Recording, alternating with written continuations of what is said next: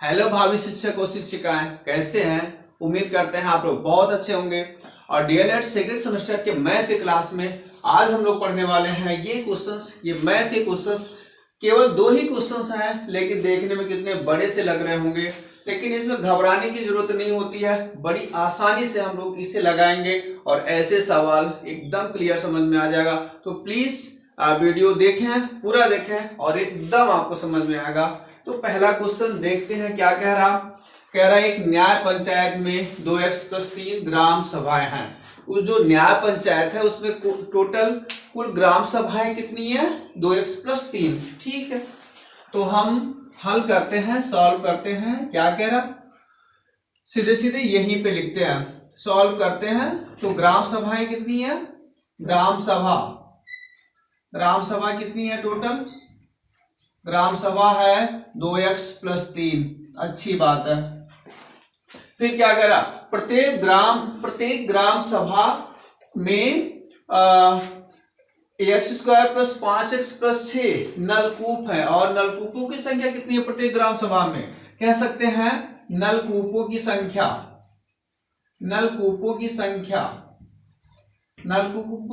कितनी बता रहा, नलकूपों की संख्या बता रहा ये x² + 5x और +6 ये बता रहा नलकूपों की संख्या। ये हो जाता है। तो कह रहा है यदि x = 1 हो तो नलकूपों की कुल संख्या ज्ञात कीजिए, मतलब कुल संख्या ज्ञात करनी है। इसके लिए कोई दिक्कत नहीं है, कुछ भी नहीं करना है। अब सिंपल सी बात आप समझ रहे हैं, ग्राम सभा इतनी है, इतनी ग्राम सभाएं हैं और नलकूप प्रत्येक ग्राम सभा में नलकूप इतने लगे हुए हैं। तो आप बताइए यहाँ पे प्रत्येक इतने कुल और प्रत्येक वाला मैटर है। जब कुल और प्रत्येक वाला मैटर होता है तो वहां पे हमें मतलब प्रत्येक में ज्ञात करना होता है, तो यहाँ पे गुणा करना पड़ता है। जैसे ग्राम सभा इतनी है और प्रत्येक ग्राम सभा में इतने नलकूप है, तो अगर कुल की बात होगी तो वहां पे गुणा आएगा। अतः कह सकते हैं, अतः कुल नलकूपों की संख्या कितनी होगी, नलकूपों की संख्या कितनी हो जाएगी। आपको यहाँ पे मल्टीप्लिकेशन करवाना होगा और गुणा करवाना होगा। सिंपल गुणा करवाइए। क्या है, 2x+3 है, इसी में गुणा करवा देंगे x² + 5x + 6 का, इसका गुणा करवा देंगे हम। ठीक है, तो गुणा करवाएंगे तो क्या बनेगा, क्या बचेगा, इधर लिख लेते हैं, इधर देख लेते हैं क्या होगा, बताइए।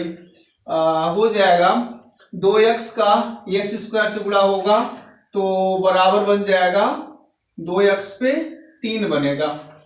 और 2x का इससे करवाएंगे 5x से करवाएंगे तो प्लस हो जाएगा।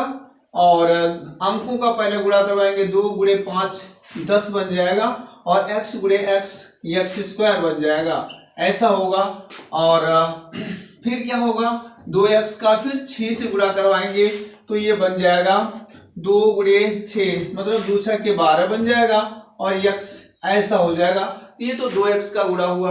अभी 3 का गुणा करवाना है तो क्या बन जाएगा, 3 का गुणा x² से करवाएंगे, 3x² हो गया। और प्लस, सब में प्लस ही है। 3 का गुणा 5x से करवाएंगे, 3 × 5 = 15 हो जाएगा। और यक्स कर लीजिए प्लस 3 का गुणा, इससे प्लस का प्लस ही होगा। 3 का गुणा 6 से कितना हो जाएगा, 3 × 6 = 18 ये बन जाएगा।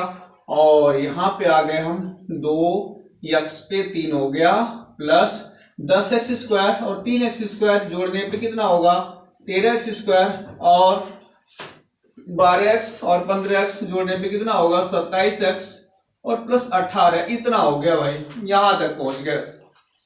अच्छा, तो कुल नलकूपों की संख्या कह रहा प्रत्येक ग्राम सभा में इतना नलकूप है। यदि x = 1 हो तो नलकूपों की संख्या ज्ञात कीजिए। अच्छा, x = 1 रखो, वैसे तो कुल नलकूपों की संख्या तो यही हो जाएगी, लेकिन फिर कह रहा है x = 1 रखने पर तो कह दें, अतः यदि x = 1 हो तो क्या बनेगा, हो तो अब यहाँ पे x पे 1 रखेंगे, 1 का क्यूब 1 रह जाएगा और 13 गुणे 1 का क्यूब करेंगे, 1 स्क्वायर करेंगे 1 ही रह जाएगा।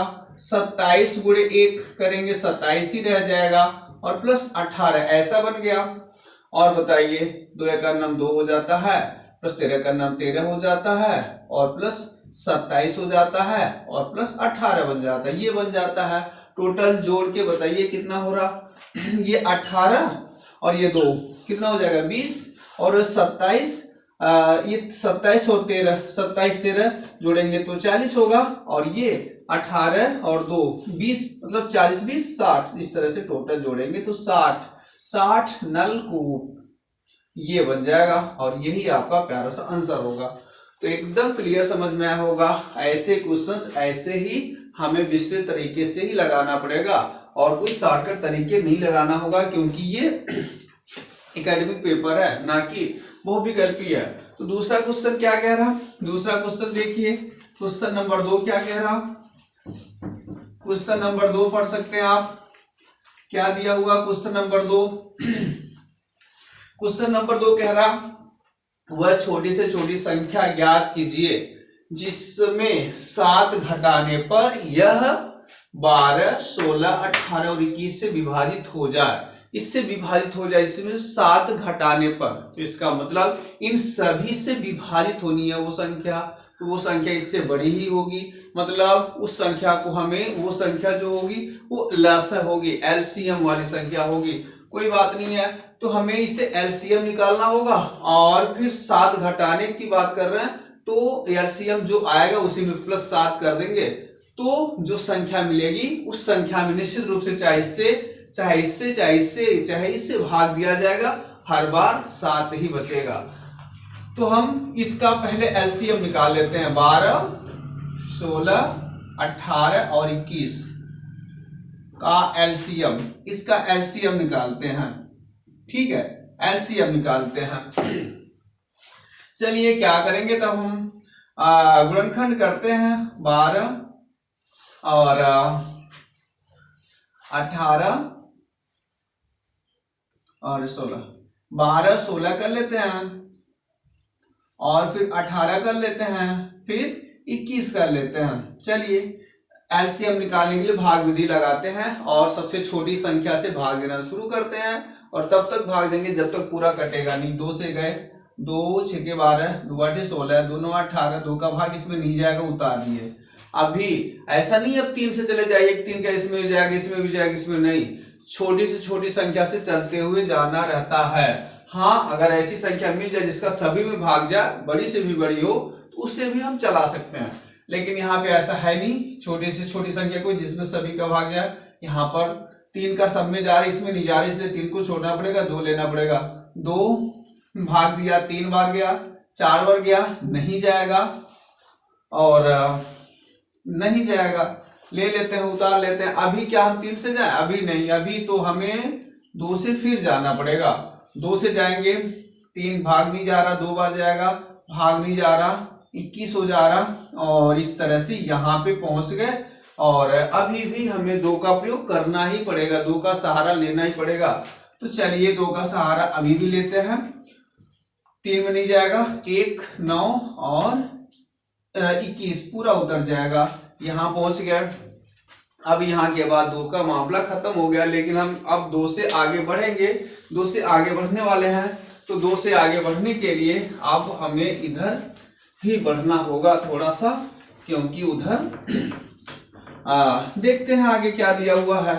अब इसके बाद देखिए यहाँ पे लिखने वाले हैं, यहाँ पे लिखने वाले हैं हम। तो क्या हो रहा, 3 से, अब 2 से नहीं जाएगा, 3 से ले लेते हैं, 3 का भाग देंगे उसमें, तो क्या होगा, 1 बार जाएगा, 3 का भाग 1 तो उतर जाएगा सीधे सीधे। 3 का भाग 9 में 3 बार जाएगा, 3 का भाग इस 3 का भाग 27 में कितनी बार जाएगा, इसमें 21 में 7 बार जाएगा। तो ऐसा कर लिया, मतलब इस 3 का मैंने भाग दिया है तो ये उतरा। ठीक, अब इसके बाद से बताइए 3 पे पहुंच गए, अभी भी यहाँ 3 है तो 3 जाएगा, 1 1 1 7। 3 का मामला तो नहीं रहा, लेकिन इसके बाद वाली संख्या केवल 7 है, इसका मतलब हमें 7 से जाना पड़ेगा और इस तरह से यहाँ पे पहुंचे, यहाँ तक पहुंचे और फिर सारी संख्याएं जो मिली, कौन कौन सी संख्याएं मिली, अतः क्या हो जाएगा, अतः संख्या, वो संख्या कौन सी होगी बताइए। 2 का कितनी बार, 4 बार गुणा, 2 गुणे 2 गुणे 2। 3 का कितनी बार गुणा है, 1 बार, और 2 बार, 1 बार, यहाँ पे 1 बार, और होगा 7 का भी कर लेना, 7 भी है तो इतना करना पड़ेगा। तो देख लेते हैं हम, 7 × 21, हम 63, 63, 63 दूनी 63, 63 हो गया, और ये कितना हो गया, ये मान लीजिए 63 हो गया, और ये कितना हो गया, 2 2 4 2 8 2 16, 16 हो गया। 63 और 16 का गुणा करवाना है, तो बताइए 16 का गुणा 63 से, 16 3 48 के 8, कैरी 4, 16 6 का 96, 96 में 4 जोड़ेंगे 100 हो जाएगा, 1008 बनेगा। तो इस तरह से इन दोनों का, इन सभी राशियों को गुणा करवाएंगे तो 1008 बन जाएगा। तो ये तो ऐसी संख्या होगी जिसमें इन सभी का भाग पूरा पूरा जाएगा, लेकिन कह रहा कि ऐसी संख्या बताइए जिसमें भाग देने पर 7 घटाने पर इतना होगा, पूरा पूरा भाग जाए। इसका मतलब इसमें 7 थोड़ा बढ़ाना पड़ेगा, 7 जोड़ना पड़ेगा। तो कह देंगे अतः वह संख्या, अतः वह संख्या, वह संख्या क्या होगी भाई, वह संख्या देखिए, इस संख्या में जो 1008 आया है, इस 1008 में हम जोड़ेंगे 1008 प्लस कितना 7, तो इस तरह से 1015, तो वो संख्या हो जाएगी 1015। तो ये अगली संख्या होगी। तो उम्मीद करते हैं ये सब अच्छा लगा होगा, एकदम समझ में आया होगा।